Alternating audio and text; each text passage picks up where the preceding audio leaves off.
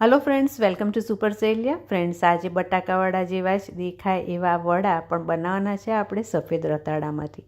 તો સફેદ રતાળું શિયાળામાં માર્કેટમાં જોવા મળતું હોય, ઊંધિયામાં બધા એડ કરતા હોય છે। આ સફેદ જે રતાળું હોય છે એના બટાકાવડા ઘરમાં બધાને એવું જ લાગશે કે આ બટાકાવડા જ છે, પણ એકચ્યુઅલી સફેદ રતાળુના આપણે બનાવવાના છે।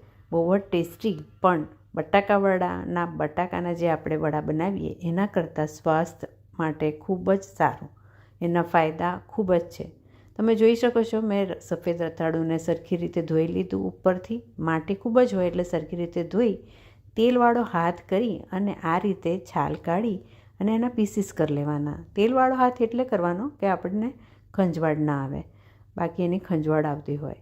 પીસીસ કર્યા પછી ફરીથી એને 2 વાર પાણીથી ધોઈ લેવાનું। એમાં માટી ખૂબ જ હોય છે, એ કાઢવી ખૂબ જ જરૂરી છે। તો ફ્રેન્ડ્સ, આ રીતે એને ધોઈ અને હવે કુકરમાં 2 ગ્લાસ જેટલું પાણી લઈ અને એને ચાળણી મૂકી અને છૂટું જ વરાળે બાફવાનું છે। સફેદ રતાળું ખાસ કરીને જેને આર્થરાઇટિસ છે, દુખાવો છે મસલ્સનો, ડાયાબિટીસ છે, સુગર ઇન્ફ્લેક્ચ્યુએટ રહે છે, હોર્મોનલ ઇમ્બેલેન્સ જેનું રહે છે, એ બધા જ માટે ખૂબ જ સારું છે। એના ફાયદા ખૂબ જ છે, એટલે ખાસ આ રીતે બનાવશો તો બટાકાવડાને પણ ટક્કર મારે એવા સરસ બનશે। પ્રેશર કુકરમાં મેં 3 વિસલ કરી, ઠંડુ પડ્યું કુકર એટલે ખોલ્યું અને સરસ રીતે આ બફાઈ ગયું છે। હવે એને સ્મેશ કરી એનો માવો કરી લઈએ। માવો કર્યા પછી એમાં બધા મસાલા કરવાના છે। પર્પલ કલરનું પણ રતાળું મળતું હોય છે, પણ સફેદ રતાળુંનો બનાવશો તો ઘરમાં બધાને બટાકાવડા જ લાગશે અને એ સમજીને એ ખાઈ લેશે। તો ચાલો હવે એમાં મસાલામાં સૌથી પહેલાં બારીક સુધારેલું 1 લીલું મરચું એડ કરી લઈએ। આ મરચું ખૂબ જ મોડું હતું એટલે મેં લાલ મરચું પણ પાછળથી એડ કર્યું। થોડી હળદર અને ગરમ મસાલો અડધી ચમચી જેટલો એડ કર્યો। ગરમ મસાલો જે બી બ્રાન્ડનો હોય એડ કરવાનો છે। હવે આપણે એડ કરીશું મરીનો પાવડર, એ લગભગ 5 ચમચી જેટલો। પછી આપણે એડ કરવાનો છે 1 ચમચી જેટલો લીંબુનો રસ। લીંબુનો રસ ના હોય તો આમચૂર પાવડર કે અનારદાના પાવડર પણ એડ કરી શકીએ છીએ। હવે આપણે એડ કરી દઈશું એમાં મીઠું। મીઠું નાખી દઈશું લગભગ અડધી ચમચી જેટલું। ક્વોન્ટિટી ઘણી ઓછી છે એટલે મીઠું સાચવીને એ પ્રમાણે એડ કરવું। હવે આ જે સફેદ જે દેખાઈ રહ્યું છે એ મેં દળેલી ખાંડ નાખી 1 ચમચી ભરીને, જેટલું લીંબુ એટલું જ ખાંડ। હવે આપણે કોથમીર એડ કરી લઈશું અને સાથે જો લીલું લસણ ઘરમાં હોય અને બધા ઘરમાં ખાતા હોય તો એ પણ એડ કરી શકો છો। મસાલા બધા સરખી રીતે મિક્સ કરી લઈશું।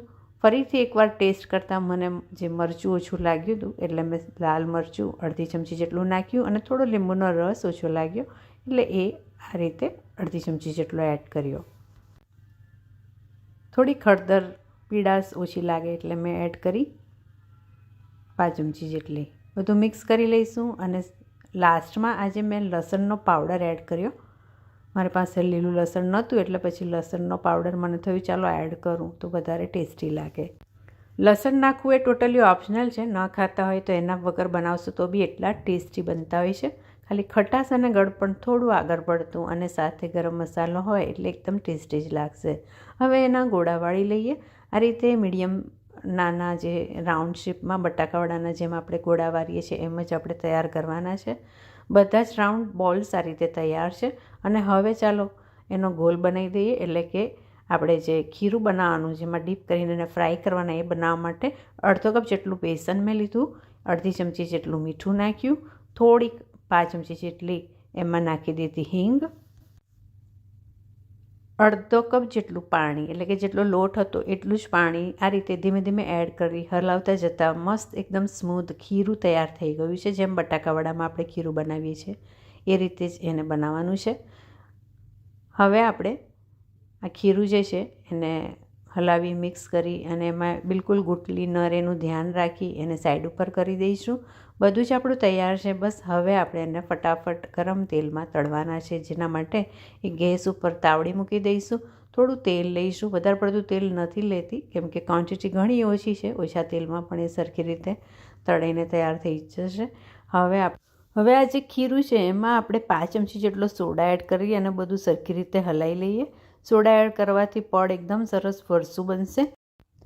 ચાલો હવે તેલ ગરમ થઈ ગયું છે, જે ખીરામાં આ રીતે વડા જે વાળ્યા છે એને સરખી રીતે કોટ કરી અને વડા તળી લઈએ.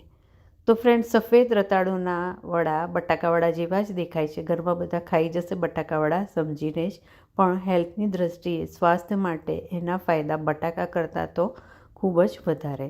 તો ફ્રેન્ડ્સ, જ્યારે માર્કેટમાં શિયાળામાં જાત જાતના વેજીટેબલ્સ, શાકભાજી, કંદ વગેરે આવતું હોય તો એનો આ રીતે જુદી જુદી રીતે ઉપયોગ કરી અને શિયાળામાં તબિયત, સેહત સરખી રીતે આપણે બનાવી અને આખું વરસ તંદુરસ્ત રહી શકીએ છીએ. તો એકદમ ટેસ્ટી આ રેસીપી સફેદ રતાળુના બટાકાવડા જેવા જ દેખાય એવા વડા બનાવવાનું ચૂકશો નહીં. તો જુઓ, આ રીતે સરખી રીતે હવે આપણે એને ગોલ્ડન ફ્રાય કરી લઈશું મીડિયમ ફ્લેમે. એકદમ સરસ ક્રિસ્પી જ દેખાઈ રહ્યા છે. એકલા પણ તમે ખાશો તો એકદમ ટેસ્ટી જ લાગશે. મસાલા બધા આગળ પડતા આપણે કર્યા છે એટલે. તો રેસીપી કેવી લાગી કોમેન્ટ બોક્સમાં લખીને જરૂરથી જણાવજો. જોતા રહેજો સુપર સહેલિયા. ફરીથી મળીશું નવી રેસીપી અને નવી સહેલી સાથે. અને સુપર સહેલિયા ઉપર કિચનના મસાલામાંથી જ બનતી નવી નવી રેસીપી જોવા ચેનલને હજુ સુધી સબસ્ક્રાઈબ ન કરી હોય તો ચોક્કસથી સબસ્ક્રાઈબ કરજો. તો જુઓ, એકદમ ક્રિસ્પી વડા, રતાળુ વડા તૈયાર છે અને એ બસ ગરમા ગરમ સર્વ કરો. ખાવાની મજા આવશે. શિયાળાની ઠંડીમાં, ગુલાબી ઠંડીમાં આ રીતે બનાવેલા રતાળુ વડા એની મજા કંઈ જુદી જ છે. Thank you for watching our channel super સહેલિયા.